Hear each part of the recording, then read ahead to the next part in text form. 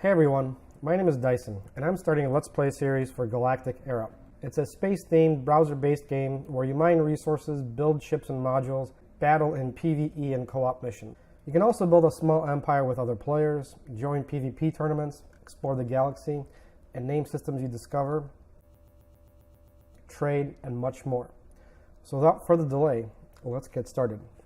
First things first, you want to head over to aall.space. That's the website that hosts Galactic Era.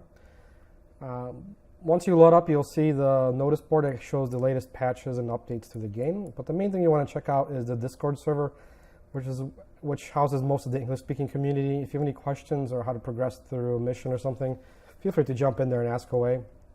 It's also a place you can ask about joining a legion or something like that. So first things first, let's create a user account. I'm going to choose Mazer Rackham from one of my favorite sci-fi series, Ender's Game. All right, let's log in. And you are presented with this galaxy screen, and there's a whole bunch of dots on here, and each dot represents a star system.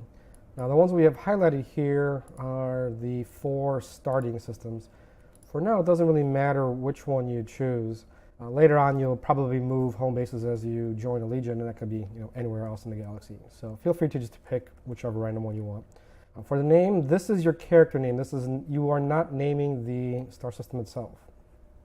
This has been a common mistake for people before. Oh, all right. So this is also an issue that sometimes happens. This game is under active development, but occasionally we get odd bits like this. Next up, the planetary UI loads up and starts the tutorial. We'll follow along for now, but later on we'll take a break and show you the rest of the UI and the universe that we live in. So for now, it wants us to create a warship so that we can participate in the PvE main missions. So let's start with a beginner provided frigate hull. There are other ones that are more advanced, like destroyers, cruisers, battleships, dreadnoughts, and titans. You get access to those later on once you're able to mine enough resources and build enough advanced materials to create them. So we got our hull, and let's add some modules to it. We're going to start off with weapons. Now there are 3 types of weapons: railguns, lasers, and launchers. Each one has a couple varieties of it that has, pluses or minuses to, like damage, speed, range. Something like launchers have ability to bypass some armor by going completely around it. For now, we only got the base types provided at the start of the game, so let's use those to add them to our ship. Railguns are mainly good against flat armor, which is the thing we're going to add next. So this is just something that blocks direct shots and protects the modules directly behind it. So let's save this design and go to the main missions and check it out.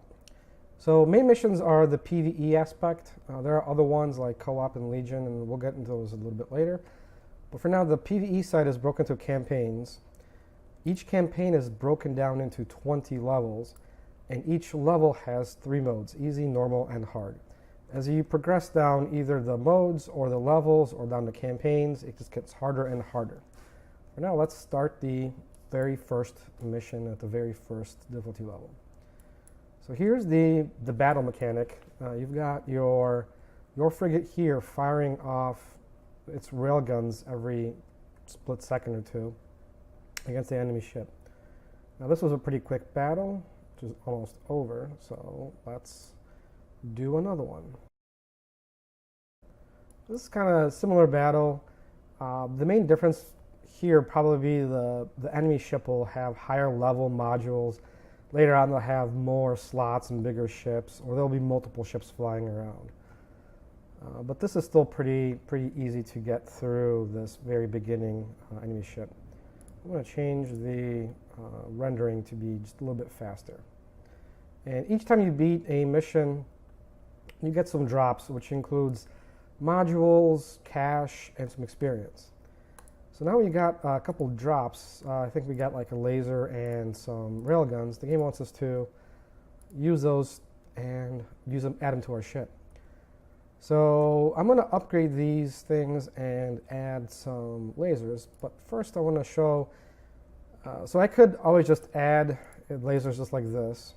Oh, actually one thing before I get to do that is, game's indicating that we're out of CPU. That means that the amount of processing power that this ship has available to it is not enough to support the modules we want to add. Each module has a certain amount of CPU that it requires to be able to basically run.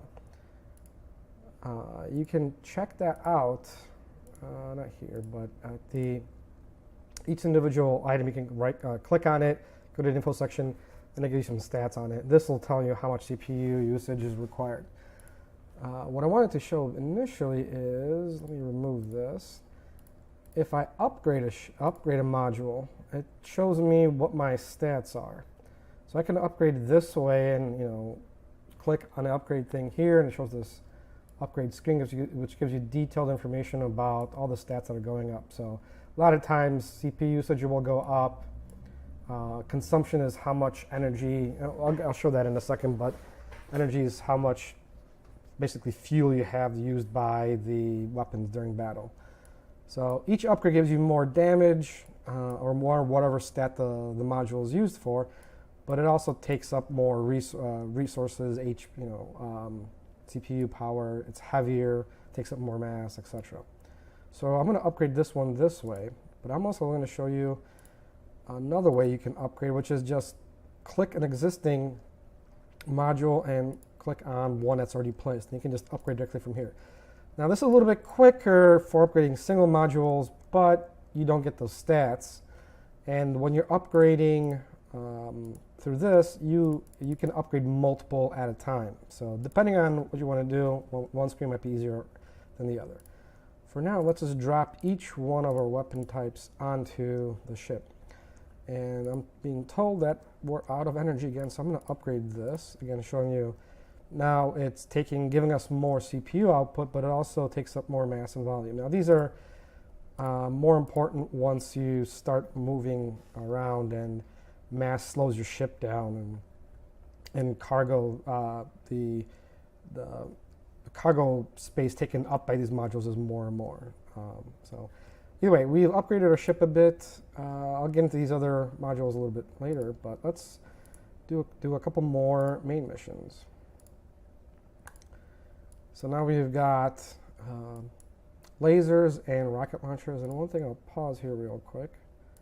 And if you'll notice, like these rocket launchers shoot rockets out the back. They kind of take this large arc around, I think they're right here, and hit the ship in the rear. There are 2 or 3 other types of rocket modules.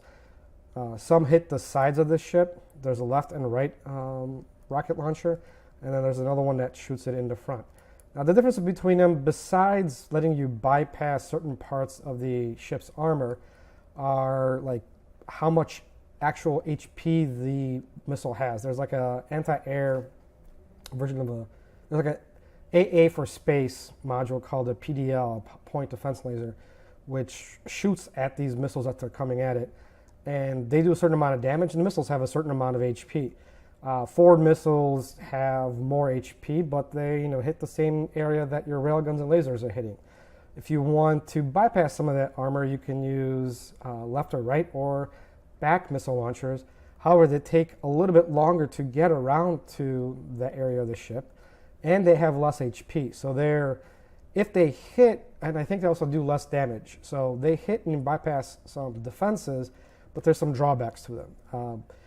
Other modules or other weapon types have similar pros and cons to a couple of varieties of it. There's like 3 types of railguns, and there's 2 types of lasers, and there's pros and cons to each. But for now, let's just finish off this battle. We got some more loot. I'm actually going to go back and do a harder mission now. So as you can see now, we're fighting, this is the normal difficulty of the first level.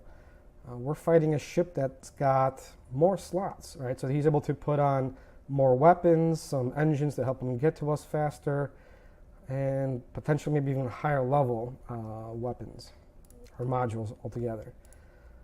And what was this one? Not yet. This is the hard one. Probably looks very similar to the one before, but these can be vastly different between the difficulty modes in a single level. But for now, they're looking pretty similar, and our armor is absorbing the damage done by the lasers of the enemy ships. So let's do this a couple more times. And you'll see this number here. This is the energy. So I was saying the fuel, the power that modules use up. Every time you shoot a weapon, it takes up a little bit of energy. I think lasers are a little bit more energy efficient, but do a little bit less damage. Railguns, depending on which kind, can shoot faster, provide more damage, but also a bit more power hungry.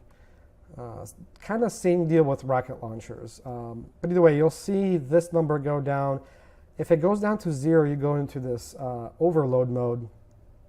And I think depending on your hull type and how much starting energy you had, you get another countdown.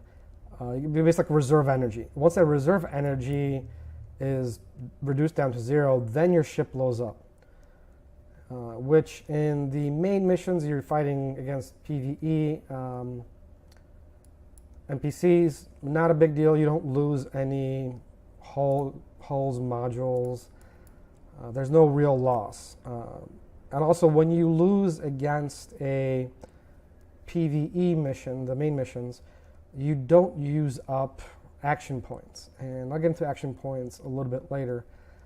But that's like the energy system in this game, kind of a common mechanic through these types of incremental or collector games. That's basically this number here. It goes up or down, or well, down as you win battles, but attempts do not use up any. All right, so we're back to level 4 now, easy mission. This should be a cakewalk for every guy. I think after this, after these missions, I'm going to upgrade our ship a little bit more. Well, so like I was saying, that the armor pieces block incoming damage. However, you can see there's like a gap between what it can protect. If you imagine like a weapon was shooting and going through here. Actually, let me pause this real quick. Oh, I guess can't pause right now. But we'll keep going. So, just wanted to show that there's another ship that pops up on here. And notice that we're not really attacking him right now, and that's based off of our strategy that we have set. So I'll get into that in a second, but we've got those ship. Oh, it looks like all the...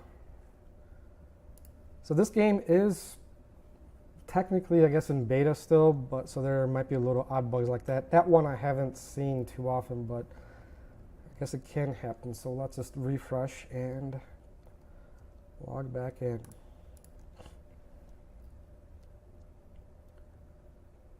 Okay.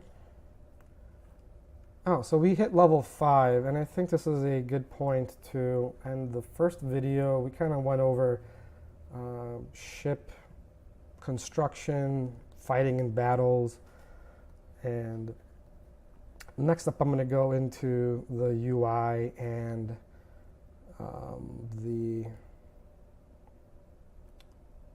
station and mining and whatnot. So, till next episode.